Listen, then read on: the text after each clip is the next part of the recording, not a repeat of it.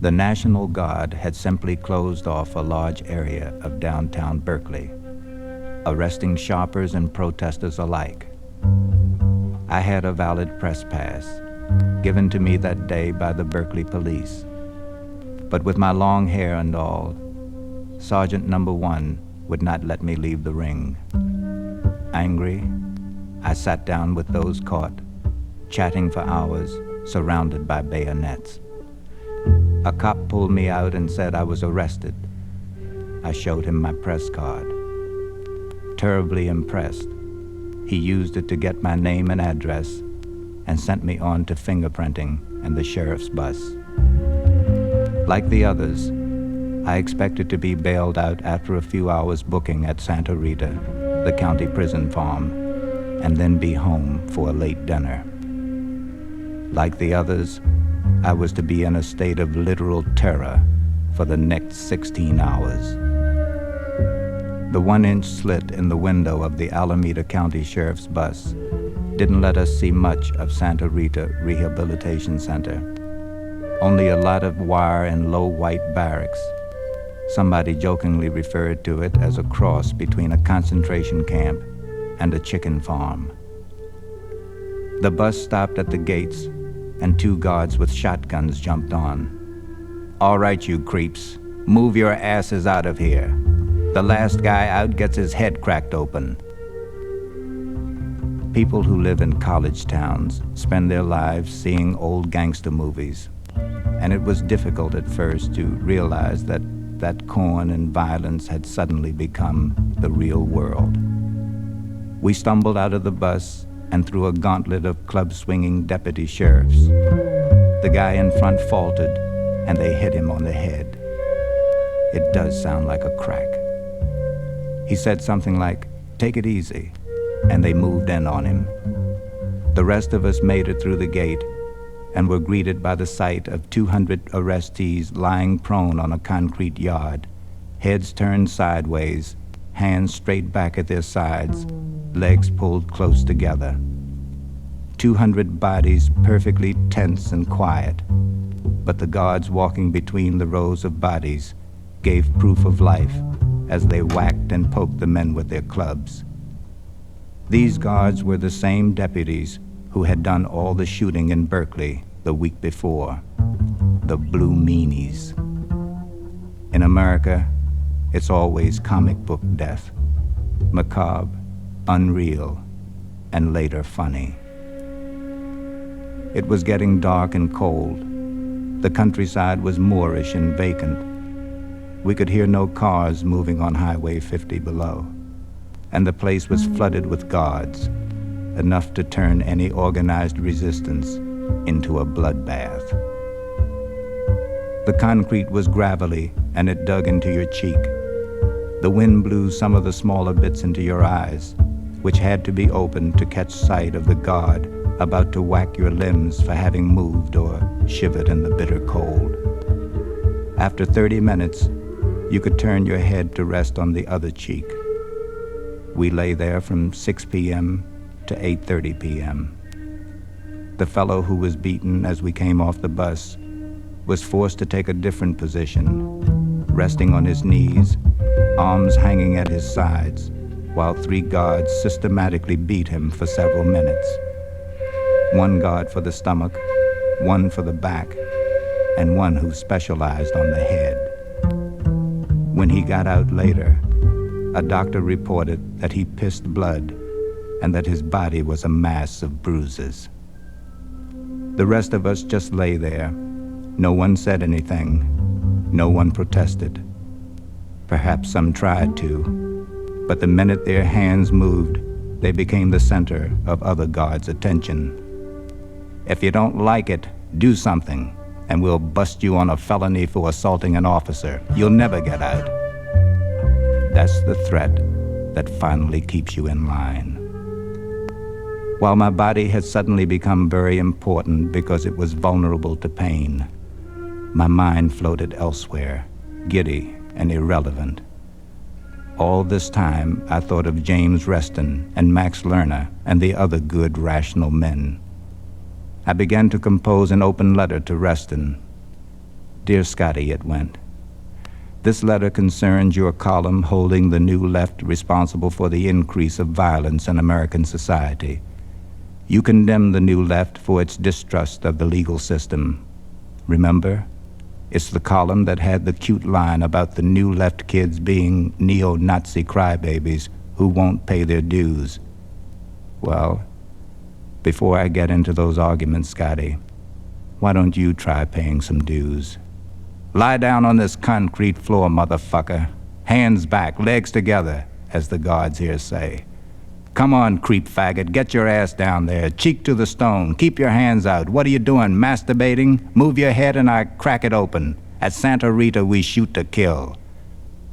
Sorry, Scotty. Have to run now. There's this guard talking to me. The guard is, like most all the other guards, a stocky, nasty redneck, except that he's enamel white, not enough sun in Northern California. Like most of the younger ones, he was let out of the Marines 6 months early to enter this profession. He seems to have only 2 comments to make about life. One is, we shoot to kill in Santa Rita, and the other is, creep, I split heads. He has been commenting on life for 2 hours, and now his club is 2 inches from my nose. Do I want to go wee-wee? It's a good thing, a favor, a release. My head won't be cracked, nor will I be shot. On the contrary, 5 of us are getting to go to the bathroom. One cannot simply walk in and piss in the latrine, for there seems to be an elaborate and well-established ritual which the fat, middle-aged latrine guard is bent on following. It requires that one first sit in line, 3 feet from the latrine, and observe a good 2 minutes of silent reflection. Then the fat guard has us all jump to and line up on 3 sides of the small box to piss on signal and unavoidably on each other. At 8:34 p.m., we are given a minute's exercise running in place. Soon we are allowed to sit, hands clasped, no talking. Nirvana. At 10 p.m., they run us, shivering, into a barracks, 8 to a double bunk, and it is rumored that a doctor has blocked the guards' fervent and often expressed wish that we freeze to death out in the compound. During all this, they are calling out names for booking. Booking is blessed, because until one is booked, he cannot be bailed. I am not booked until early the next morning. We are kept in the barracks from 10 p.m. to 4:30 a.m. 3 lawyers arrive, and there are wild cheers from inmates. The guards snarl, but hold their clubs. Kids are afraid to talk too freely to the lawyers with the guards watching. One lawyer talks too much to an inmate and is himself made an inmate, charged with interfering, etc. The other lawyers leave, and the guards snap back to viciousness, making up for the 20 minutes they've lost. The guards don't want to see any closed eyes, no sleeping. If eyes close, you get a rap on your bunk or self. Yes, sir, you say. If not, then outside to be beaten and lie face down in the cold. The ACLU green card had said, you have the right to call counsel. Later, another kid asks whether we will get to call a lawyer. You say something, creep? Come here, creep. He too is hauled out and hit. Fuck the ACLU green card. Survive. You forget your rights and concentrate on the main problem, keeping your eyes open, 10 p.m. to 4:30 a.m., and pray for booking. Most are already called, and we get desperate as our numbers decline. Finally, our turn comes. 5 names called, up against the fence. Nasty red-headed pig makes us trot, whacking the last guy.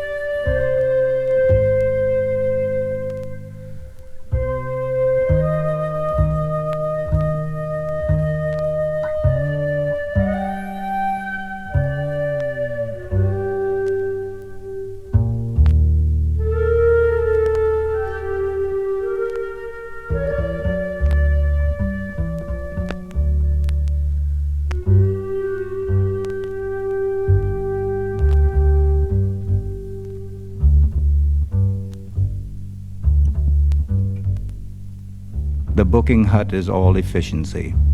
Lots of deputy sheriffs, 5 typewriters going, fingerprinting and searching. You start by sitting on the floor, once again hands clasped in front, eyes riveted ahead, or we'll rip them out and paste them up there. Scrape along on ass, still sitting, from stop to stop. First stop is for searching again. Stand up, hands against wall, feet back. No creep like this. One's head is then thumped hard against the wall, legs kicked back, pig hands searching entire body. The mind is by now too tired for outrage.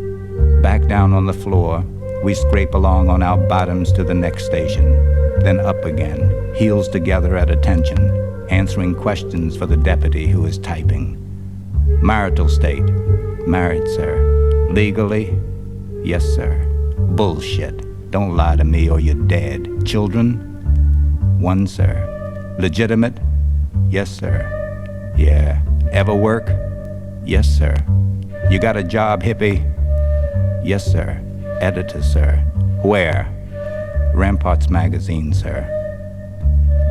All activity in the booking hut stops suddenly as the assembled deputies are duly informed that the editor of Ramparts magazine is indeed in their company. They all seem reasonably impressed, and one jabs me quite hard in the back with his club. A deputy hustles me over to the sanctuary of his ink pad. It is important that my fingerprints get to Washington quickly, he tells another pig. Then it's back on the floor, eyes straight ahead, to be given a bologna sandwich and a small container of milk, the first food or drink we've had in 15 hours. Because I am the editor of Ramparts, I get to clean every fucking piece of paper off the floor of the hut before eating my bologna sandwich.